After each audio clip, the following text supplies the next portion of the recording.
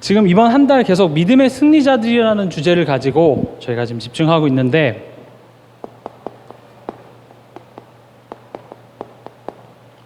여러분들께 제가 질문하고 싶습니다. 여러분들 믿음 좋으십니까? 믿음 좋으신 분 한번 손 들어보라 그러면 시험 들 것 같아서. 믿음 좋으십니까? 난 잘 믿고 있다고 생각하십니까? 그럼 어떤 것이 잘 믿고 있는 거고, 어떻게 해야 믿음이 좋다고 여러분들 머릿속에 한번 생각해 보세요. 어떤 게 믿음 좋은 거죠? 어떤 게 잘 믿는 거라고 생각하십니까? 저는 이번 DRC를 통해서 또 이번 8월 한 달 동안 우리가 이 믿음에 대한 부분들의 오해가 좀 풀어졌으면 좋겠습니다. 오늘 히브리서 11장 1절에 뭐라고 했냐면은, 믿음은 바라는 것들의 실상이요 보이지 않는 것들의 증거라고 했습니다. 다시 말하면 보이지 않고 현재 일어나지 않고 아무런, 내가 예수 믿기 전과 예수 믿은 후, 내가 복음을 깨닫기 전과 깨달은 후 내 삶의 환경이 아무것도 변하지 않은 것처럼 느껴질 수 있으나, 그것이 성경에 변한다고 했으니 그렇다고 믿는 것을 보고 믿음이라 그래요. 그걸 보고 확신이라고 하죠. 중요한 거는요, 보이지 않는 것들의 증거라고 했어요. 바라는 것들의 실상이라는 거야. 더 정확히 말하면 믿음은 실상이에요. 믿음은 증거예요. 다만 지금 내 앞에 나타나지 않았을 뿐이에요. 지금 당장 내 눈에 보이지 않았을 뿐이지, 히브리서 11장 1절은 뭐라고 얘기하고 있냐면 그것은 실상이고 증거라는 거죠. 다만 보이지 않을 뿐이에요. 다만 지금 내 삶 속에 내가 느껴지지 않을 뿐이지 사실은 그게 실상이라고 말을 하고 있는 것입니다. 우리가 왜 믿다가 낙심하죠? 왜 교회 잘 다니다가 왜 우리는 낙심할까요? 사실 우리가 낙심하는 이유를 요약해보면 그거예요. 뭔가 보이지가 않잖아요. 증거 좀 보여줬으면 믿겠는데, 뭔가 우리 가정이 막 변하고 내 자녀가 막 싹싹싹 변하면 믿겠는데 보이지도 않고, 그리고 눈앞에 뭔가 역사가 나타나지도 않으니까 이게 믿기가 힘들잖아요. 우리가 믿다가 낙심하는 이유는요, 사실은 보이지 않아서 그래요. 실제로는 현재 변화가 없는 것처럼 생각되어지니까 낙심하는데, 오늘 히브리서 11장 1절에는 그것이 믿음이라는 거예요. 보이지 않는 것을 보는 것처럼 바라보는 그 증거. 지금 현재 변화가 없는 것 같지만 하나님의 능력만으로 변화하실 것이라는, 그리고 이미 하셨다라는 사실을 내가 믿는 것을, 그리고 그것을 실제로 내가 붙잡는 것을 보고 믿음이라고 해요. 그게 히브리서 11장에 나와 있는 모든 그 믿음의 조상들의 내용인 것입니다. 그럼 중요한 건 뭘까요? 히브리서 11장 3절에 보면은요, 믿음으로 모든 세계가 하나님의 말씀으로 지어진 줄을 우리가 아나니 보이는 것은 나타난 것으로 말미암아 된 것이 아니니라 그랬습니다. 이 세상은요, 이 세상에 보이는 것은 결국 어디서부터 비롯됐냐면 보이지 않는 것에서부터 비롯되었음을 확신하는 것을 보고 믿음이라 그래요. 제가 이번 주에 한 랩런트들을 만나서 물어봤어요. 너희들 믿음 좋니? 물어봤어요. 그러니까 한 랩런트는 네, 한 애는 또 전도사님이 뭔 얘기하려고 이런 질문을 하지? 항상 뻔한 질문을 하면 거기에 뭔가 숨어 있는 게 있다라는 걸 알죠. 이제 저를 아니까. 그러면은 믿는 게 뭐라고 생각하니? 물어보니까 보이지 않는 것을 믿는 거래요. 그러면은 지금 이 앞에 음식이 있는데 맛있겠다 하니까 음식 없잖아요. 있어. 없잖아요. 있어. 없어요. 그래, 이렇게 보이지 않는 것 믿을 수 없지. 그렇게 얘기했어요. 그 다음에 그러면은 이 세상은 누가 만들었을까? 하나님이요. 그러면 하나님이 창조하실 때 그 옆에 있었네? 그러니까 아니래요. 그럼 아니잖아. 맞아요. 하나님 창조한 거 봤어? 안 봤지만 맞아요. 애들이 이제 혼란스럽게 시작한 거죠. 믿는다는 게 뭔데? 예수님 계시는 거 믿어요. 그럼 예수님 봤겠네?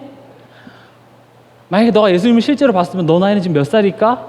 2020살이야. 제가 얘기해 줬어요. 예수님을 본 적이 없잖아요. 근데 예수님은 믿고 있어요. 이 믿음이라는 것 자체가 보이지 않는 것을 보는 것처럼, 내가 본 것처럼 믿는 것을 보고 믿음이라고 하는데, 보세요. 성경은 많은 이야기를 한 것 같지만 사실은 보이지 않는 영의 세계를 중심으로 기록되어져 있어요. 보세요.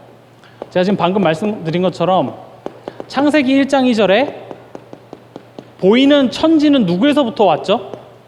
보이지 않는 하나님에게로서부터 왔죠. 또 창세기 2장 7절에도요, 하나님께서는 흙으로 사람을 기르시고 그 코에 생기를 불어넣으셔서 생명이 된지라 그랬습니다. 우리 인간은요, 육신을 가졌지만 하나님께서 이 육신에 영혼을 담아주셨기 때문에 우리는 영적인 존재이면서도 육을 가지고 있어요. 이거 잘못 이해하면 인간은 영적인 존재라서 육은 별로 중요하지 않는군요 라고 생각할 수 있는데, 하나님께서 만드신 원리 자체가 흙으로 사람을 육으로 빚으시고 그 코에 생기를 불어넣으셔서 하나님의 형상을 가지게 했어요. 그래서 사실은 눈에 보이지 않는 게 굉장히 중요한 거예요. 왜냐하면 그 눈에 보이지 않는 것이 우리 육신에 보이는 것에 영향을 주기 때문이에요. 우리 영혼이 이 육신을 떠나는 것을 보고 뭐라고 하죠? 죽음이라고 합니다. 그러면 육신이 떠난 이 몸의 것은 결국 땅으로 돌아갈 수밖에 없는 게 자연의 이치잖아요. 지금 이 세상에는요, 보이지 않는 것이 훨씬 중요해요. 보이지 않는 것에서부터 보이는 것이 나왔기 때문입니다. 또 보세요. 창세기 2장 17절에 보면 뭐가 나오죠? 선과 악을 알게 하는 나무의 실과가 나와요. 사실 선과 악을 알게 하는 나무의 실과는 눈에 보이는 거지만 더 중요한 것은 이 선악과는요, 하나님과의 관계를 의미해요. 선악과보다 더 중요한 것은 하나님과의 관계예요. 여기서 눈에 보이는 선악과만 바라봤을 때는 사람들은 이렇게 얘기해요. 아니, 하나님이 그 사과 하나 따먹었다고 그렇게 인간을 벌 주시고 죽이려고 해? 그게 사랑의 하나님이 맞아? 이렇게 생각을 해요. 아니 그거 하나 따먹었다고 내 인생이 이렇게 괴로운 게 말이 돼? 라고 생각을 해요. 이거는요, 단순히 보이는 선악과 이 차원이 아니라 보이지 않는 하나님과 인간의 관계였어요.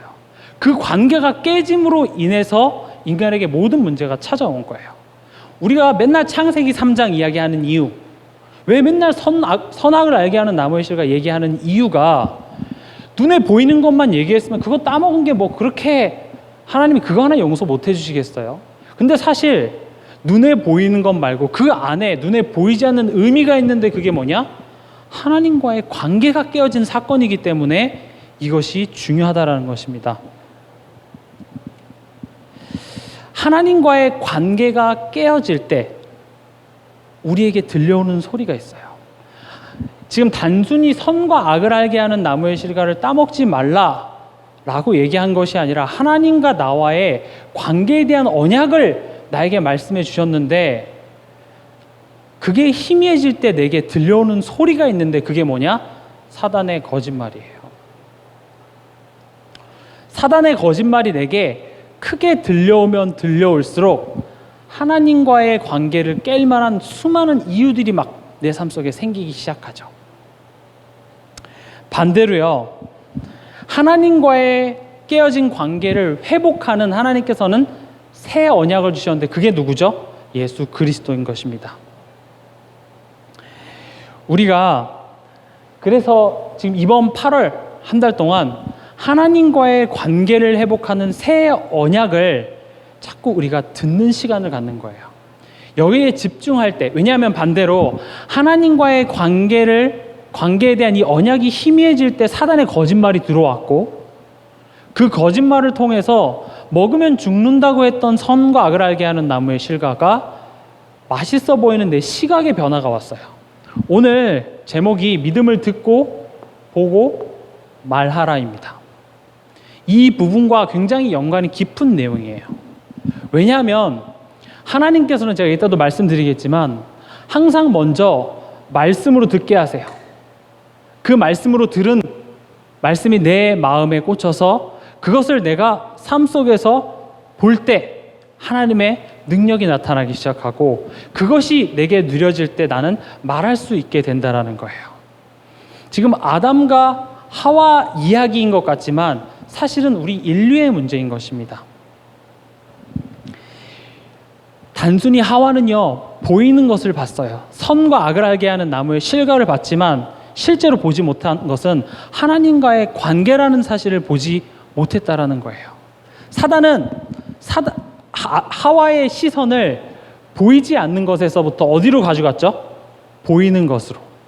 하나님과의 관계가 깨어지는 것이 아니라 먹으면 맛있을 것 같은 거예요.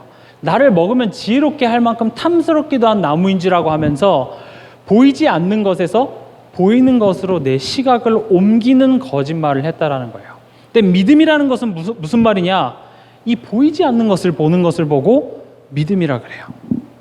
우리 삶 속에서 그리고 이번 한 주간 살면서 여러분들은 무엇을 많이 보셨습니까? 무슨 소리를 많이 들으셨습니까? 대부분 눈에 보이는 것들이에요. 눈에 보이지 않는 것이 아니라.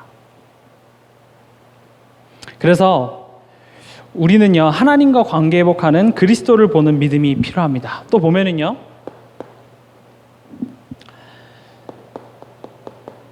창세기 3장 7절에 보면 아담과 하와가 마침내 하나님을 떠나게 됐죠. 그래서 벗었음을 알고 무화과 나무 잎으로 치마를 해 입었죠. 지금 눈에 보이는 거예요. 근데 지금 벗은 게 문제인 건가요? 진짜 문제는 뭐죠? 하나님을 떠남으로 인해서 죽음의 두려움이 아담과 하와의 마음을 딱 장악한 이 상태가 사실은 진짜 문제였던 거예요. 여러분들이 진짜 보이지 않는 것을 볼 수 있기 바랍니다. 지금 우리의 삶은요, 하나님을 떠났다, 사단에게 붙잡혀 있다, 죄 가운데 있다, 많이 들어서 알아요. 근데 문제는 뭔지 아세요? 보이질 않아요. 내 남편은 눈에 보이잖아요. 내 자녀는 눈에 보이잖아요. 내 통장 잔고는 눈에 보이잖아요. 교회 안에 일어나는 일들은 내 눈에 보이잖아요. 아담과 하와도 지금 내가 벗었음이 보여진 것 뿐이에요. 당연히 그게 보이니까 어떻게 하겠죠? 눈앞에 있는 무화과 나무 옆으로 가린 것 뿐이에요. 근데 실제적으로는 눈에 보이지 않는 이 문제가 진짜 문제인데 그것을 보지 못하니까 당연히 육신적인 방법으로 그것을 가릴 수밖에 없다라는 거예요. 이 이야기가 여러분들에게 그냥 아는 이야기, 아담과 하와 이야기로 들렸지 않았으면 좋겠습니다. 이 이야기가 단순히 불신자들의 이야기로만 들리지 않았으면 좋겠어요. 우리 모두 다 하나님 떠난 죄 가운데 태어났다라는 거예요. 그럼 우리 체질 자체가 보이지 않는 것보다는 보이는 것에 더 집중할 수밖에 없어요. 그래서 보이지 않는 하나님께서 우리에게 직접 찾아오시지 않고서는 구원 얻을 방법이 없었던 거예요. 그래서 사실은 구원은 어디서부터 시작됐느냐? 하나님으로부터 시작됐어요. 하나님이 나를 사랑하심으로부터 구원은 시작된 거예요. 이 이야기는 알지만 우리의 신앙생활의 내용을 가만히 보면 나의 열심이에요. 나의 어떤 이런 모습을 갖출 때 하나님께서는 이런 축복을 주실 거야. 내가 이런 모습을 갖출 때 하나님께서는 이런 환경에서 나를 끄집어내 줄 거야 라고 생각하고 있지만 사실은 그 시작은 누구에게서부터 시작됐다고요? 하나님에게로부터요. 왜냐하면 눈에 안 보여요. 오늘 계속 본다 이 얘기를 할 텐데요. 왜냐하면 히브리서 11장에서도 계속 봤다, 보이지 않는 걸 봤다 이런 얘기를 계속 하거든요. 근데 문제는 뭐냐면 우리 눈에는 안 보여서 그래요. 그리고 내 체질은 어떻죠? 지금 내 눈앞에 보이는 것에 나는 휘둘리잖아요. 보이는 것 때문에 나는 낙심하잖아요. 보이는 것 때문에 나는 자꾸 염려할 수밖에 없잖아요. 그렇다면 우리는 보이지 않는 것을 보는 믿음이 이 시간에 회복돼야 될 줄 믿습니다. 또 볼게요. 5번째.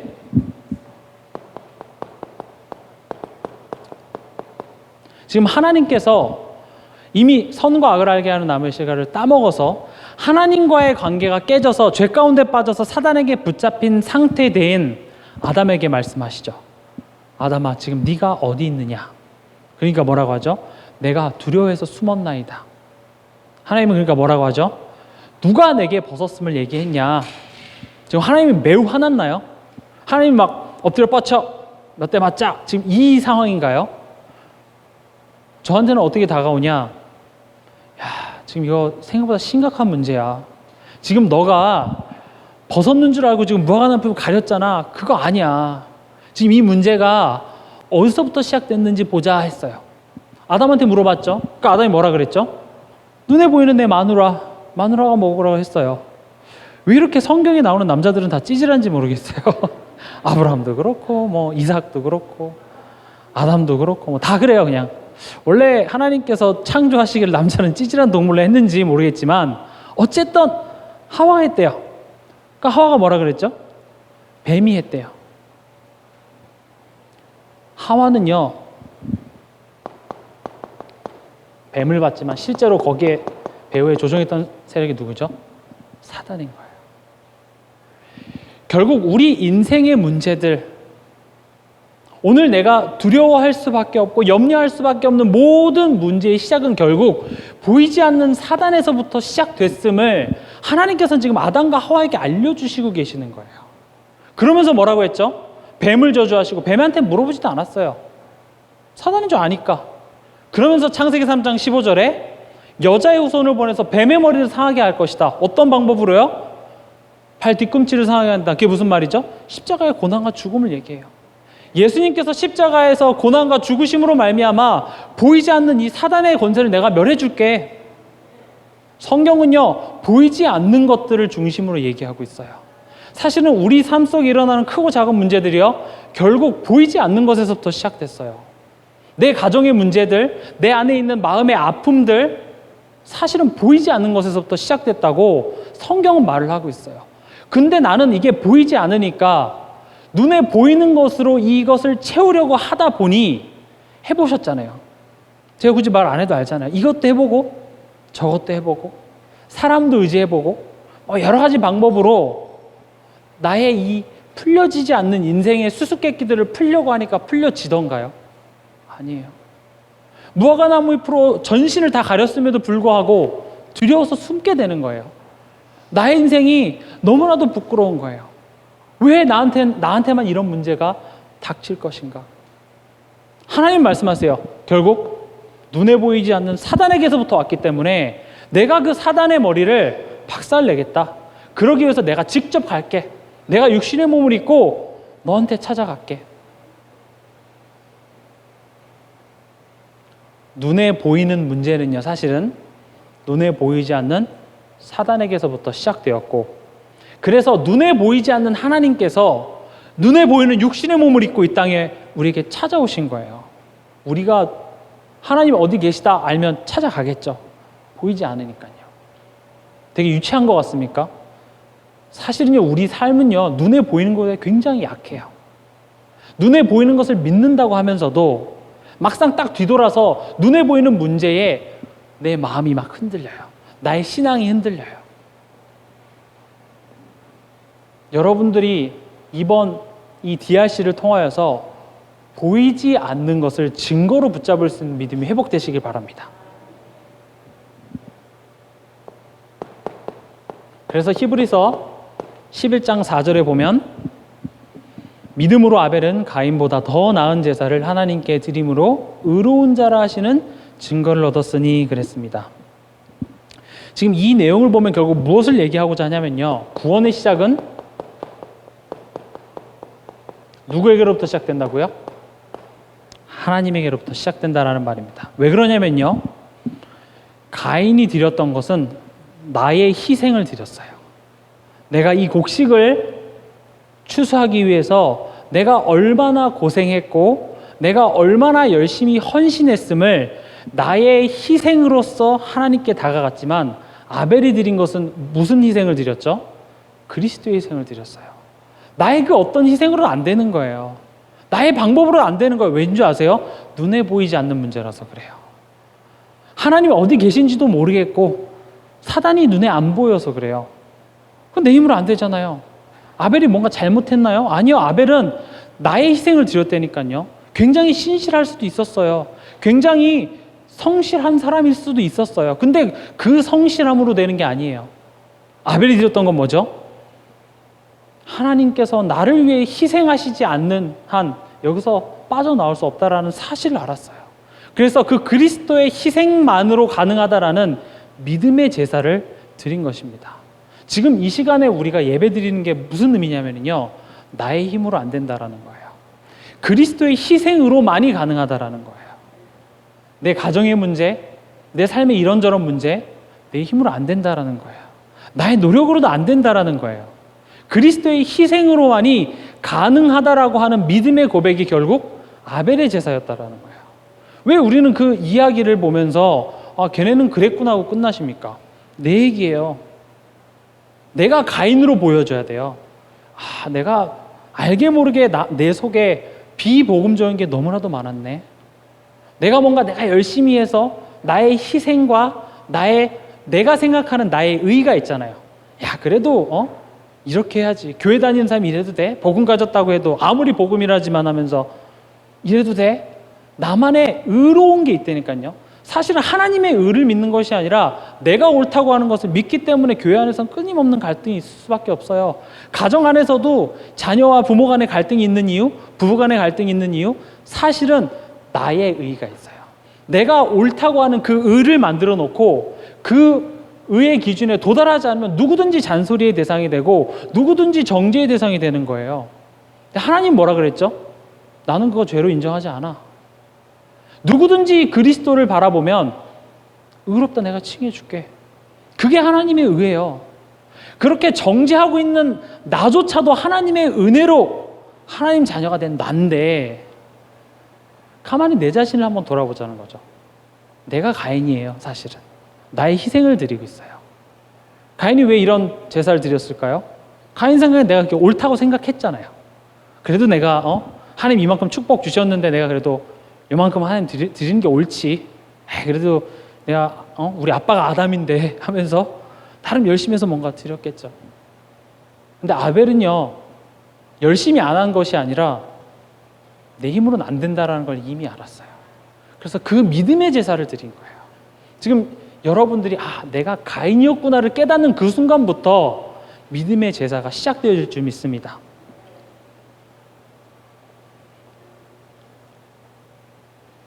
하나님께서는요,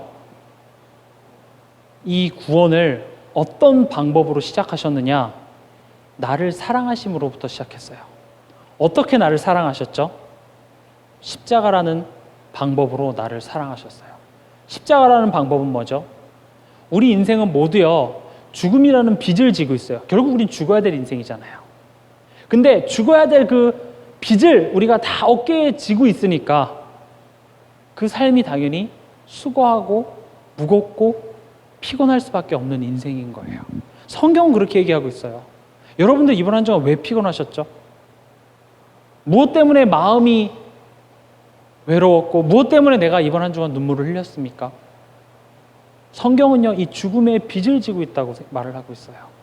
근데 하나님께서는 지금 제가 아까 말씀드렸다시피 하나님께서는 내게 찾아오셨다라는 거예요. 그 말은요, 하나님은 박승재라는 사람을 안다라는 거예요. 내게 찾아왔다면서요. 내 이름을 아시고요. 나의 연약함을 아시고요. 내가 막 기도 수업도 잘하고 내가 모든 집회 다 참석하고 내가 어떤 문제가 와도 흔들리지 않는 완벽한 나의 모습, 화장하고 옷도 막 이쁘게 입고 교회 가서 안녕하세요 이러는 나의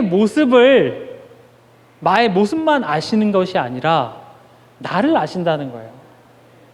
내가 집에서 혼자서 고춧가루 이렇게 묻어있고 혼자서 아무것도 하기 싫어서 침대에 누워갖고 이불 뒤집어 쓰고 막 화나고 원망하고 이불 막 발로 차고 막 이럴 때 그런 모습까지도 하나님께서는 아시고, 예수가 그리스도라고 100번 1000번 고백해도 또 다시 내 모습으로 돌아가는 그 모습을 하나님께서는 아시고 그런 나에게 찾아오셨다라는 거예요.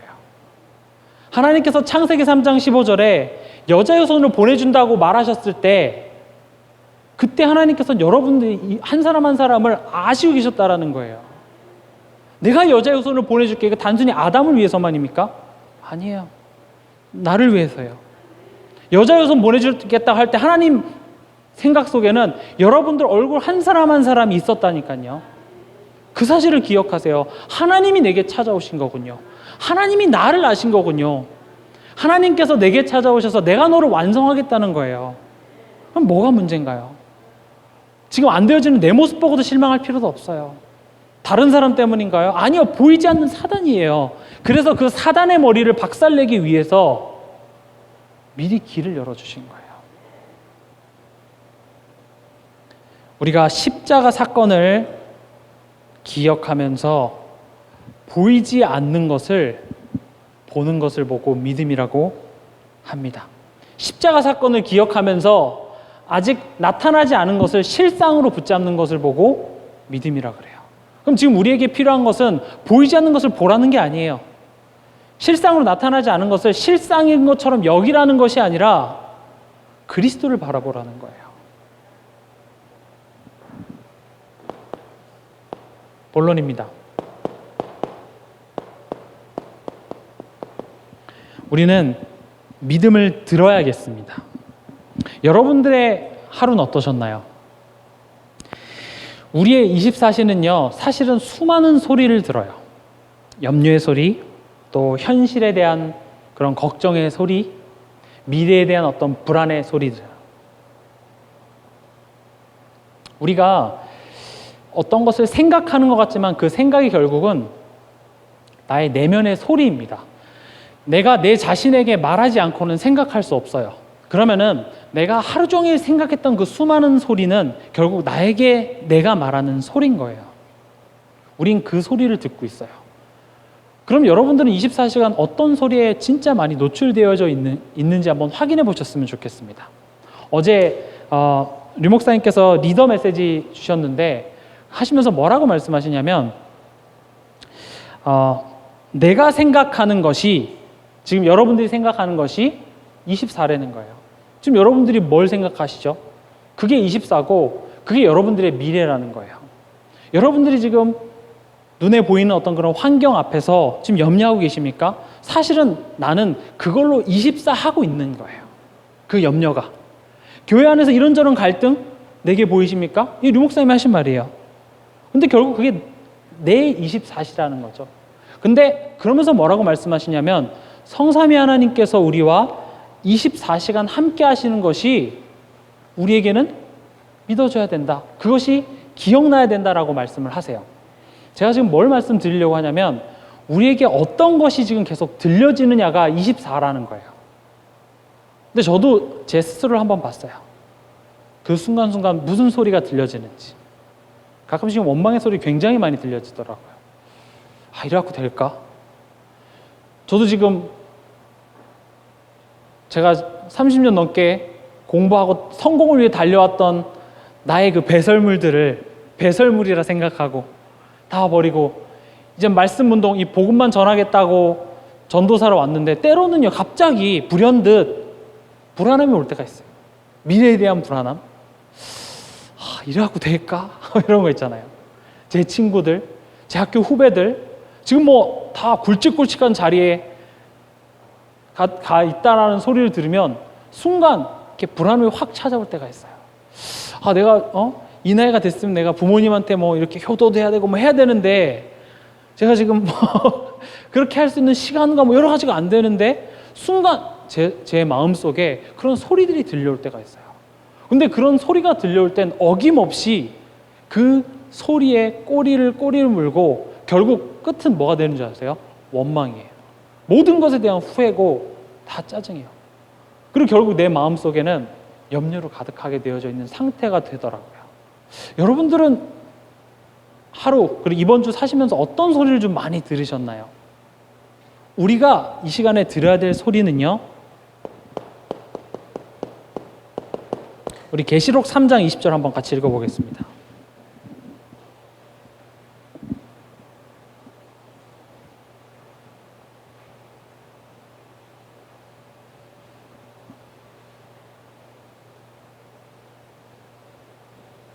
같이 읽겠습니다. 볼지어다 내가 문 밖에 서서 두드리노니 누구든지 내 음성을 듣고 문을 열면 내가 그에게로 들어가 그와 더불어 먹고 그는 나와 더불어 먹으리라 그랬습니다.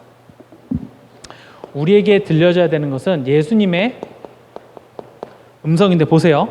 여기서 볼지어다 그랬습니다. 제가 보는 그 NIV 영어 성경에 뭐라고 표현되어 있냐면요. Here I am 이라고 되어 있어요. 내가 여기 있어. 염려와 걱정의 소리로 가득 찬 너의 인생 가운데 지금 내가 너에게 찾아가서 내가 지금 여기 있어. 내가 지금 문 밖에 서 있어. 내가 지금 문 밖에 서서 너의 마음 문을 두드리고 있어.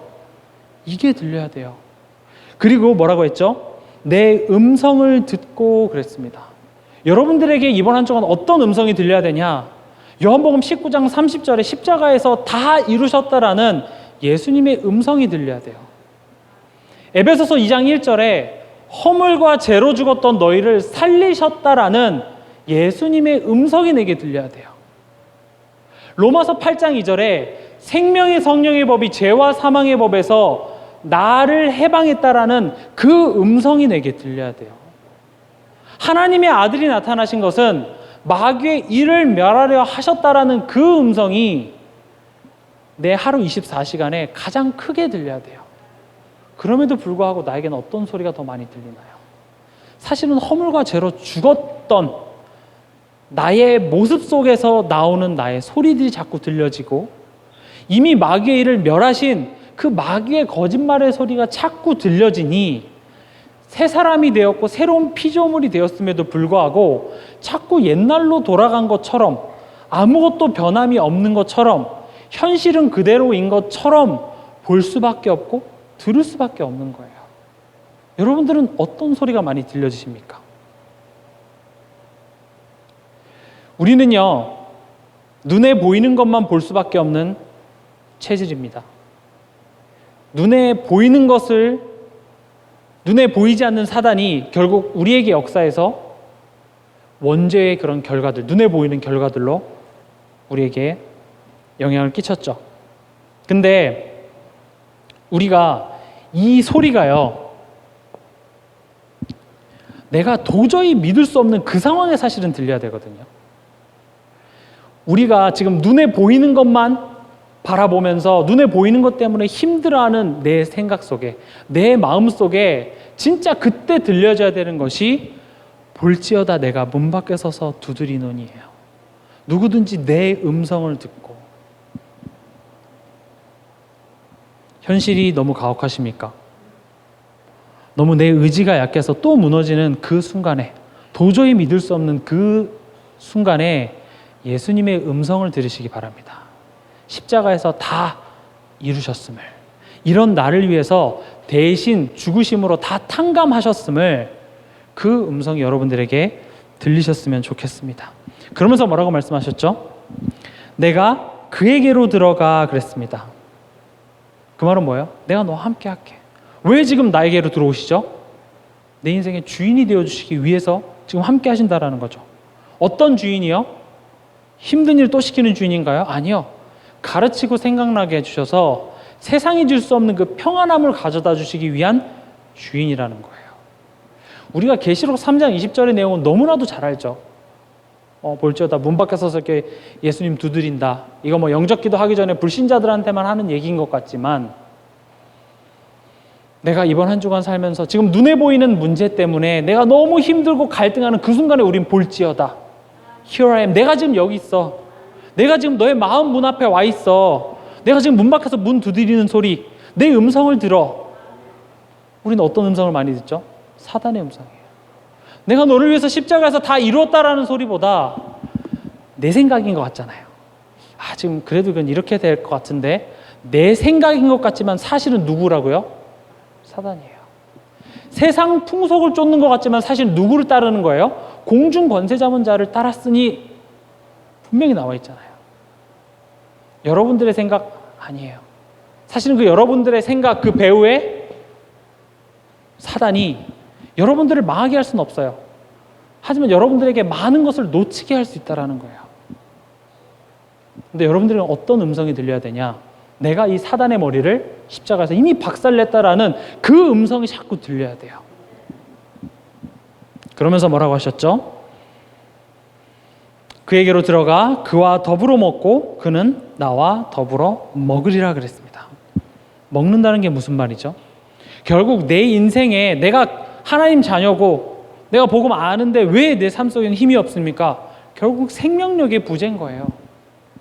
생명의 떡이신 예수 그리스도를 믿을 때, 먹을 때 내가 너에게 힘이 되어줄게. 너희 안에 물된 동산과 같이 내가 생명의 근원이 되어서, 에너지의 근원이 되어서 마르지 않는 샘물이 되어줄게. 너 힘으로 하려니까 힘들잖아. 너 힘으로 하려니까 이 상황 속에서 이해도 안 되고 양보도 할 수 없잖아. 내가 너에게 힘을 줄게. 내가 너의 피와 살이 되어줄게. 이 복음으로 너는 이제 새로 태어난 사람이야. 이게 지금 계시록 3장 20절의 내용이에요. 우리가 들어야 될 음성이라는 거예요. 로마서 10장 17절에 뭐라고 돼 있죠? 그러므로 믿음은 들음에서 나며 들음은 그리스도의 말씀으로 말미암았느니라. 우리가 들어야 될 것은 다른 것이 아니라요, 그리스도의 말씀입니다.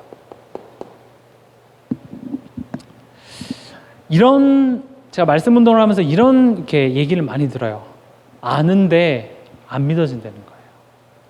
알거든요. 예수가 그리스도인 거 알겠고요. 그분이 날 위해 대신 죽은 것도 알겠고요. 그리고 부활하셔서 성령으로 나와 함께 하는 것도 알겠어요. 근데 저는 안 믿어져요. 이게 되게 거룩한 고민인 것 같죠? 되게 맞는 것 같죠? 아니에요.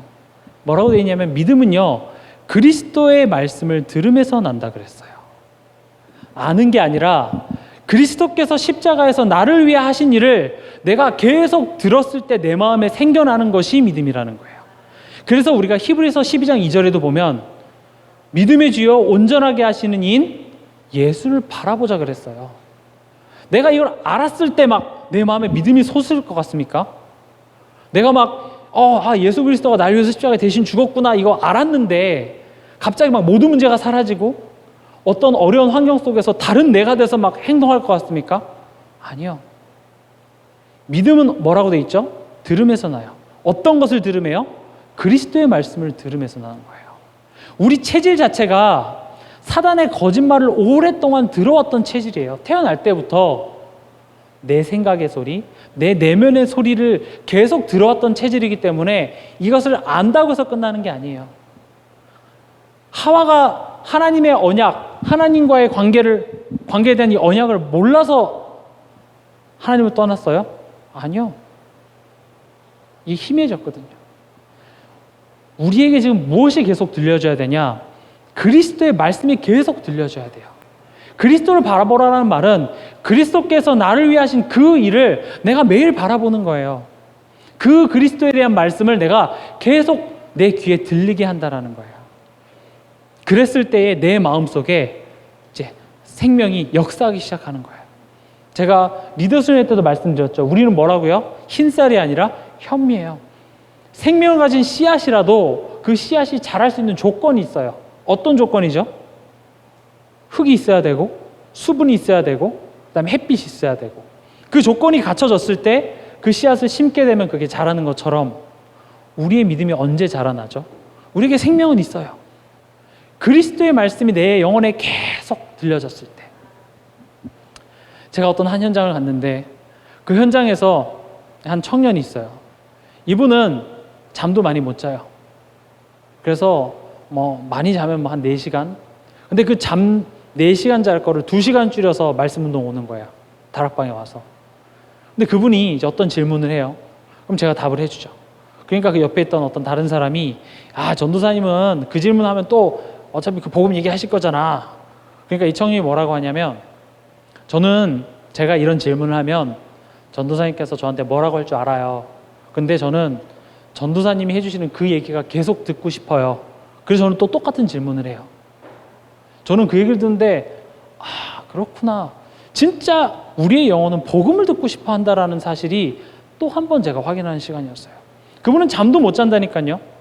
잠 4시간 자는 거 2시간 줄여서 2시간 자고 2시간 그 복음 메시지 들으려고 와 앉아 있는 거예요. 한 주도 안 빠지고. 와서 그 복음 메시지를 들을 때 끝나고 나면 뭔가 이 사우나 갔다 온 것처럼 개운하대요. 제가 그런 표현을 가르쳐 줬을까요? 아니에요. 이 복음이 이렇게 쉽고 이렇게 좋고 뭐 하라는 것도 아니고 이렇게 쉬운 걸 왜 안 믿죠? 왜 사람들이 이런 걸 안 믿을까요? 전 너무 좋아요. 저는 십자가가 너무 좋아요. 제가 그 얘기를 들으면서 현장에는 이 복음의 내용을 듣고 싶어서 죽어가는 사람들이 너무나도 많다라는 걸 알았어요. 그러니까 저는 이 눈에 보이는 이런 서론에 별로 신경도 안 쓰이더라고요. 뭐 듣고 싶다 안 한다 뭐 어쩌다 저쩌다 이런 소리가 중요한 게 아니라 현장에는 십자가의 복음의 메시지를 듣고 싶은 사람들이 너무나도 많이 있어요. 우리 영혼도요, 사실은 모르는 것 같지만 복음을 듣고 싶어요. 나의 영혼은 지금 복음으로 갈급해 있어요. 근데 그 갈급해진 내 영혼을 막는 게 뭐죠? 사단의 소리예요. 나의 경험이고 나의 불신앙이고 그것이 다 막고 있어서 복음, 이 십자가의 메시지가 여러분들에게 온전히 공급이 되어지지 않으니까 내 영혼은 불만족스럽잖아요. 그 불만족스러움이 내 마음에, 내 생각에, 내 삶 속에 이렇게 나오는데 보이질 않아요. 그러니까 나는 이제 보이는 것으로 이걸 채우려고 하니까 이게 계속 악순환이 되는데 그런 신앙생활을 10년, 20년, 30년 해오면 해올수록 이미 굳어져 있는 거예요. 지금 오늘 밤이 여러분들의 영혼에 복음의 메시지로 충만되어지시기 바랍니다. 복음의 내용으로 여러분들의 영혼이 만족감을 얻는 그런 시간이 되시길 바랍니다.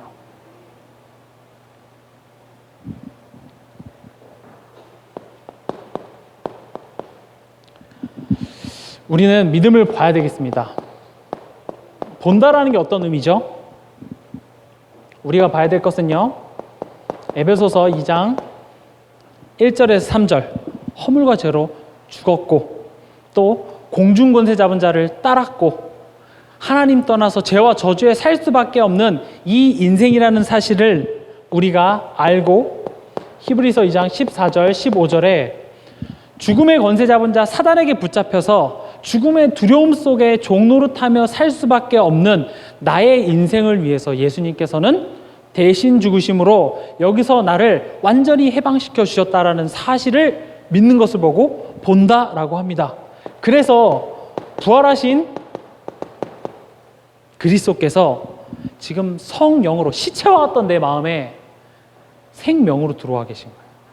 그래서 이제는 내가 너와 함께 할게. 내가 너의 인생의 새로운 주인이 되어줄게. 너에게 참된 평안함을 줄게.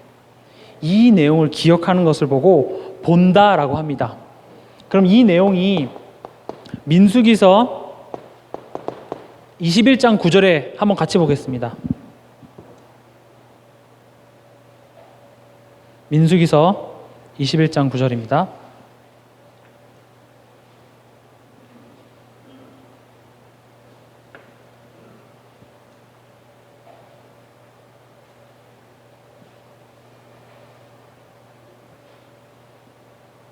같이 읽겠습니다. 모세가 놋뱀을 만들어 장대 위에 다니 뱀에게 물린 자가 놋뱀을 쳐다본 즉 모두 살더라. 지금 이 이야기는 되게 단순한 이야기인 것 같지만 무슨 말이냐면요, 너네가 그리스도 바라볼 때 내가 역사할게 라는 말이에요. 우린 조급해서 바라보지 못해요. 우리는 이 조급함이 어디서 오냐면요, 결국 두려움에서 와요.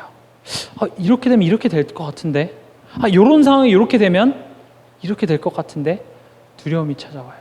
그때 하나님께서 뭐라고 말씀하셨냐? 장대 위에 놋으로 뱀을 만들라는 거예요. 이건 뭘 의미하죠? 십자가에 달리신 그 그리스도를 바라보라는 거죠. 여러분들 삶 속에서 뭐가 더 크게 보이십니까? 사실 여러분들이 지금 그리스도 말고 장대 위에 달린 놋뱀 말고 다른 것이 자꾸 보인다라는 말은 이미 지금 뭐가 내게 들려졌다는 소리죠? 사단의 거짓말이 내게 들려졌다는 소리예요. 이 원리는 아담과 하와 창세기 3장에 이미 나와 있습니다. 사단의 거짓말이 들려졌을 때 뭐가 어떻게 보였죠? 선악과가 맛있게 보였어요.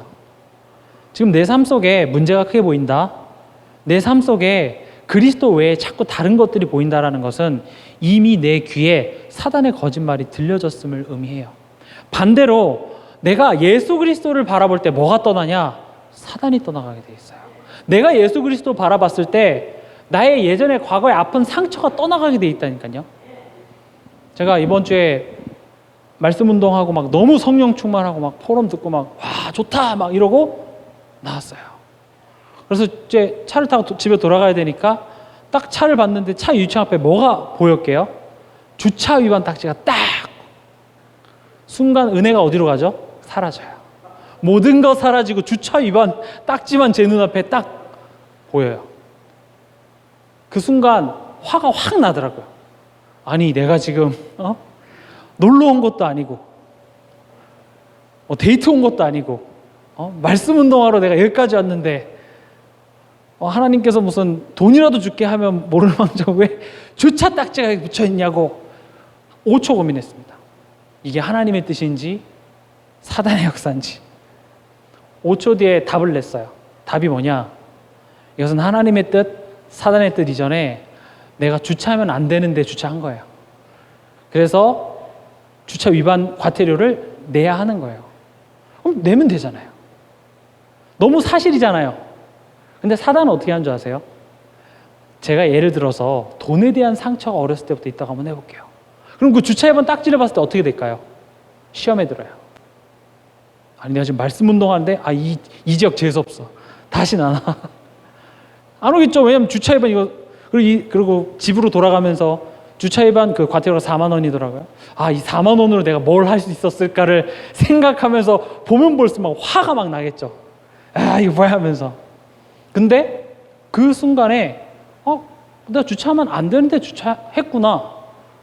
그리고 이제 보긴 싫으니까 이거 뒤에다가 이렇게 던져놓고 그냥 갔어요. 그러니까 사단이 참 저한테는 수준 낮게 그렇게 공격을 해요. 제가 그걸로 막 흔들려서 말씀 운동 안 할까 봐 혹시라도 안 하라고.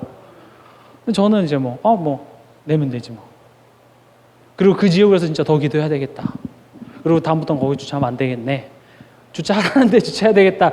좋은 레슨을 얻고 가니까 전혀 저한테는 문제가 안 되는데 실상으로는요, 사단이 우리에게 지금 이 주차 딱지 같은 걸 보여주면서 나의 옛날 상처를 끄집어내요.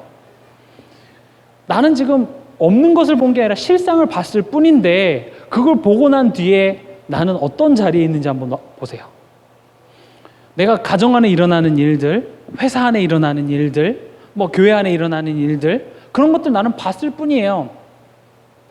그걸 보고 난 뒤에 나의 위치는 어떤지 보세요.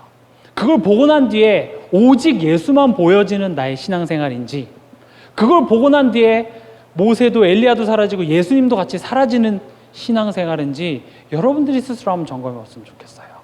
우리에게 진짜 보여줘야 될 것은 뭐라고요? 그리스도만 보여줘야 돼요. 그게 히브리서 12장 2절에 믿음의 주요 온전하게 하시는 이인 예수를 바라보자. 다시 말하면 우리의 믿음을 시작하시고 우리의 믿음을 완성하실 누구를 바라보자고요? 그리스도를 바라보자라는 것입니다. 그때 보이지 않는 것을 보는 시력이 생기는데 그것을 보고 뭐라고 하냐? 영안이라고 합니다. 그때 영안이 띄어지는 거예요. 영안은 내가 눈을 크게 보려고 해서 보는 게 아니에요. 영안이 있어야 문제 가운데 하나님의 뜻도 보이죠. 영안이 있어야 위기 가운데 하나님의 응답이 보이는데 아무리 내가 눈을 크게 뜨려고 봐도 문제밖에 안 보이잖아요. 염려거리밖에 안 보이고 원망거리밖에 안 보인단 말이에요. 저 사람 때문이라는 것밖에 안 보여요. 근데 그리스도의 십자가로 내가 힘을 얻었을 때 내게 띄어지는 눈이 있는데 그게 영안이에요.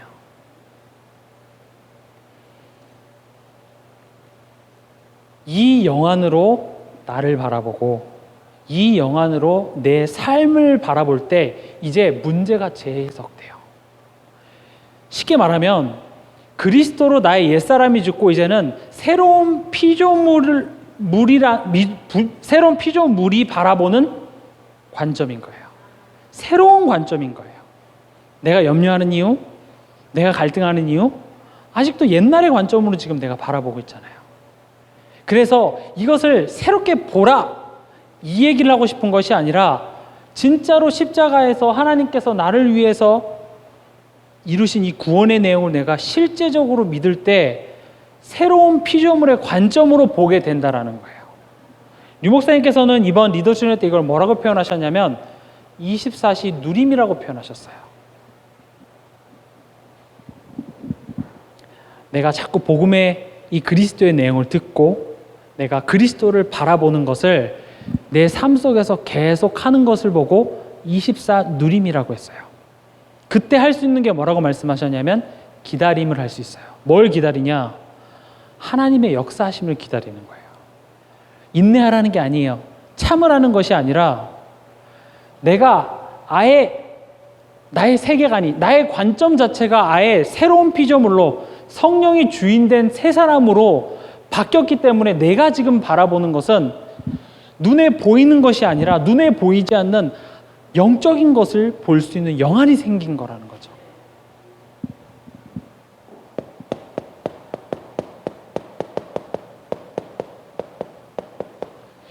그때 이제 비로소 위기와 핍박 가운데 하나님의 뜻이 보여져요. 하나님의 절대 주권, 하나님의 절대 계획이 보여지기 시작해요. 여러분들이 성경 한번 보세요. 하나님의 새로운 시작은 무엇으로부터 시작됐냐면 위기로부터 시작됐어요. 홍수라는 위기로부터 하나님께서는 새로운 시대를 시작하셨고요. 그렇게 살기 좋고 편했던 갈대아 우르를 떠남으로서부터 하나님의 뜻이 시작됐고요. 아버지의 품을 떠나서 노예로 팔려가는 그 순간부터 새로운 여정이 시작됐어요. 그렇다면 내가 진짜 복음을 믿고 이 안에 있는데 나에게 위기가 찾아온다, 나에게 핍박이 찾아온다, 하나님의 새로운 시작이라는 거예요. 그럼 그 하나님의 새로운 시작이 보여지는 비밀이 뭐냐? 다시 일로 돌아가는 거예요. 내게 그리스도의 음성이 자꾸 들려줘야 돼요. 그래서 내가 그리스도를 바라봐야 돼요. 그랬을 때 내 삶에 일어나는 모든 문제와 환경들이 재해석되어진다는 것입니다.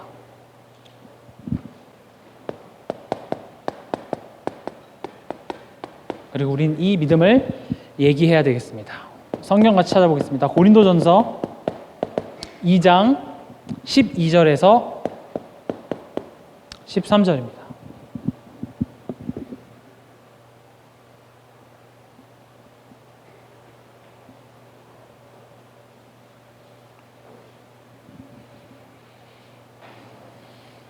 같이 읽겠습니다. 고린도전서 2장 12절에서 13절. 우리가 세상의 영을 받지 아니하고 오직 하나님으로부터 온 영을 받았으니 이는 우리로 하여금 하나님께서 우리에게 은혜로 주신 것들을 알게 하려 하심이라. 우리가 이것을 말하거니와 사람의 지혜가 가르친 말로 아니하고 오직 성령께서 가르치신 것으로 하니 영적인 일은 영적인 것으로 분별하느니라 그랬습니다. 보세요. 13절에 우리가 이것을 말한대요. 뭘 말하죠? 12절에 우리에게 은혜로 주신 것들을 말하는 거예요. 오늘 그래도 이번 한 주간 여러분들은 어떤 말을 많이 하셨어요? 염려의 말을 많이 하셨나요? 불평의 말을 많이 하셨나요? 원망의 말을 많이 하셨나요? 사실 이 모든 것은요, 하나님께서 내게 은혜로 주신 것을 알게 하시는 성령의 소리를 소멸하는 일이에요. 내가 그냥 원망한 것 같잖아요. 내가 그냥 불신앙한 것 같잖아요. 하지만 사실은 우리가 말해야 될 것은 하나님께서 내게 은혜로 주신 것을 말을 해야 돼요. 반대로 성령의 인도함 받는 사람은 하나님께서 내게 은혜로 주신 것을 말할 수밖에 없어요. 하나님께서 내게 은혜로 주신 것이 뭐죠? 그리스도예요. 하나님께서 내게로 주신 것이 뭐죠? 구원이에요. 하나님께서 내게 은혜로 주신 것이 뭐죠? 성령이에요. 지금 나와 함께 계시잖아요. 죄와 저주 해방했잖아요. 내 인생의 실패의 조건 다 끝내셨댔잖아요. 나의 과거의 아픔과 상처, 옛 모습 없는 것으로 해주시겠다고 했잖아요. 내 인생에 참 평안을 주시겠다고 했잖아요. 하나님께서 내게로 주신 것들에 대한 삶 속에 누림이 있는 자는 이것을 얘기하게 돼 있어요. 오늘 믿음을 듣고 보고 말하라 그랬어요. 그냥 믿으십시오 하니까 막연할까 봐 들으라고 또 보라고 말하라고 지금 제가 굳이 이렇게 세 개로 지금 나눠 놓은 건데 결국은 같은 이야기인 거예요. 제가 리더 수련회 때도 말씀드렸다시피 그리스도를 바라보라는 거예요. 우리의 모습이 믿음의 내용이 아니에요. 믿음의 내용은 뭐라고요? 그리스도를 바라보는 것이에요.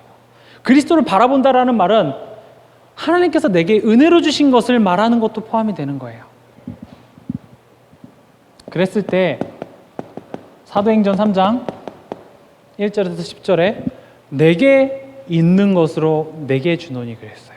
여러분들에게 있는 것이 불평입니까? 여러분들에게 있는 것이 여러분들이 노력해서 얻어진 것입니까? 아니에요. 내게 있는 것은 뭐죠?